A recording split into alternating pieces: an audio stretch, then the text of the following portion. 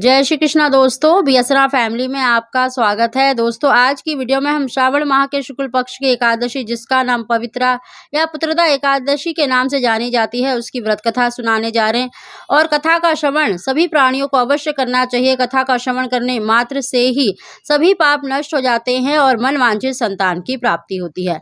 अब कथा प्रारंभ करने जा रहे हैं। बोलिए एकादशी महत्तम की जय।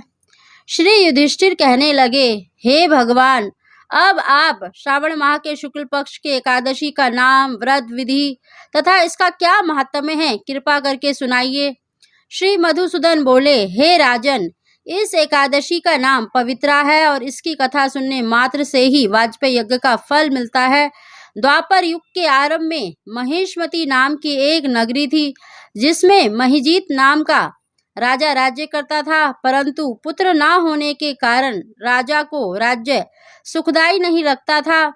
पुत्र सुख की प्राप्ति के लिए अनेक उपाय किए, परंतु राजा को पुत्र की प्राप्ति नहीं हुई। विधा अवस्था आती हुई देख राजा अपनी प्रजा के प्रतिनिधियों को बुलाकर बोला, हे प्रजाजनों, मैंने इस जन्म में कोई पाप नहीं किया और ना ही मेरे खजाने में अन्याय से प्राप्त किया हुआ धन है। मैंने देवताओं तथा ब्राह्मणों का धन भी कभी नहीं छीना। किसी दूसरे की धरोहर को भी मैंने नहीं ली। प्रजा को पुत्र के समान पालन किया है। मैं अपराधियों को भी पुत्र एवं बांधवों की तरह दंड देता रहा हूँ। कभी किसी से घृणा नहीं की, सबको समान माना है, सज्जनों का सत्कार किया है। इस प्रकार धर्मयुक्त राज्य करने पर भी पुत्र न होने के कारण मैं अत्यंत दुख पा रहा हूँ। इसका क्या कारण है? राजा महिजीत की इस बात को विचारने के लिए मंत्रीगण तथा प्रजा के प्रतिनिधि बड़े बड़े ऋषि तथा मुनियों के आश्रम में गए। एक आश्रम में उन्होंने अत्यंत वयोवृद्ध, तप में लीन, निराहार, जितेंद्रिय, जितात्मा, क्रोध जीत, सनातन धर्म के गुण तत्वों को जानने वाले, समस्त शास्त्रों के ज्ञाता महात्मा लोमश ऋषि को देखा, जिनका कल्प के व्यतीत होने पर एक रोम गिरता था। सबने जाकर ऋषि को प्रणाम किया और उनके सामने बैठ गए। उन्हें देखकर ऋषि ने पूछा कि आप लोग किस कारण आए हैं? निसंदेह मैं आप लोगों का हित करूंगा।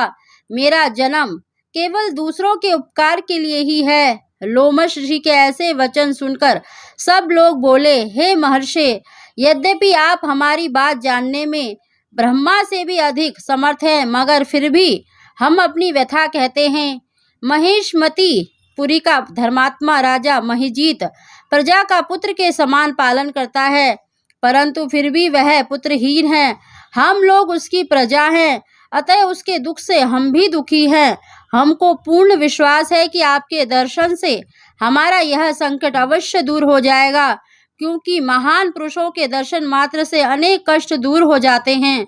अब आप कृपा करके राजा के पुत्र होने का उपाय बतलाइए। यह वार्ता सुनकर ऋषि ने थोड़ी देर के लिए अपने नेत्र बंद किए और राजा के प्रथम जन्म का वृत्तांत जानकर कहने लगे कि ये राजा पूर्व जन्म में एक निर्धन वैश्य था।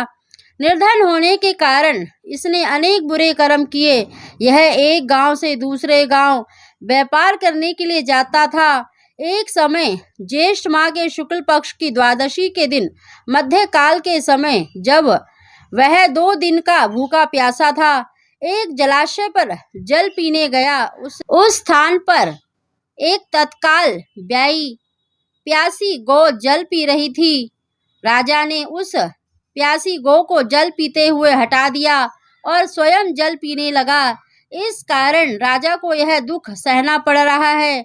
एकादशी के दिन भूखा रहने से वह राजा हुआ और प्यासी गौ को जल पीते हुए हटाने के कारण पुत्र वियोग का दुख भोगना पड़ रहा है। यह सुनकर सब लोगों ने कहा, हे महामुने, शास्त्रों में पापों का प्रायश्चित भी लिखा है, अतः जिस प्रकार राजा का यह पाप नष्ट हो, आप ऐसा कोई उपाय बताने की कृपा करें। लोमश ऋषि कहने लगे, श्रावण माह के शुक्ल पक्ष की एकादशी को पवित्रा या पुत्रदा एकादशी कहते हैं। राजा सहित सब प्रजा इस एकादशी का व्रत व रात्रि जागरण करे तो पूर्व जन्म के पाप नष्ट होकर राजा को अवश्य ही पुत्र की प्राप्ति होगी।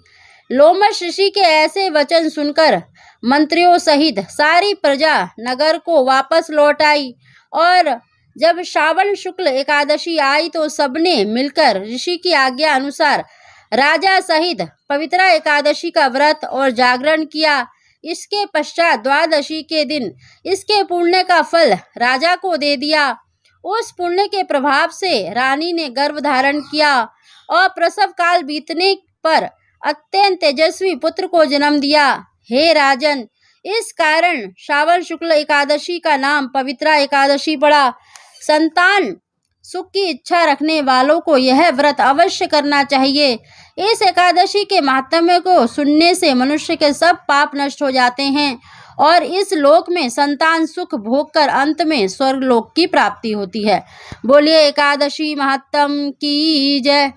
दोस्तों, जो भी निसंतान दंपत्ति हैं उनको पुत्रदा एकादशी का व्रत अवश्य करना चाहिए और कथा का श्रवण अवश्य करना चाहिए। बोलिए एकादशी महात्म की जय।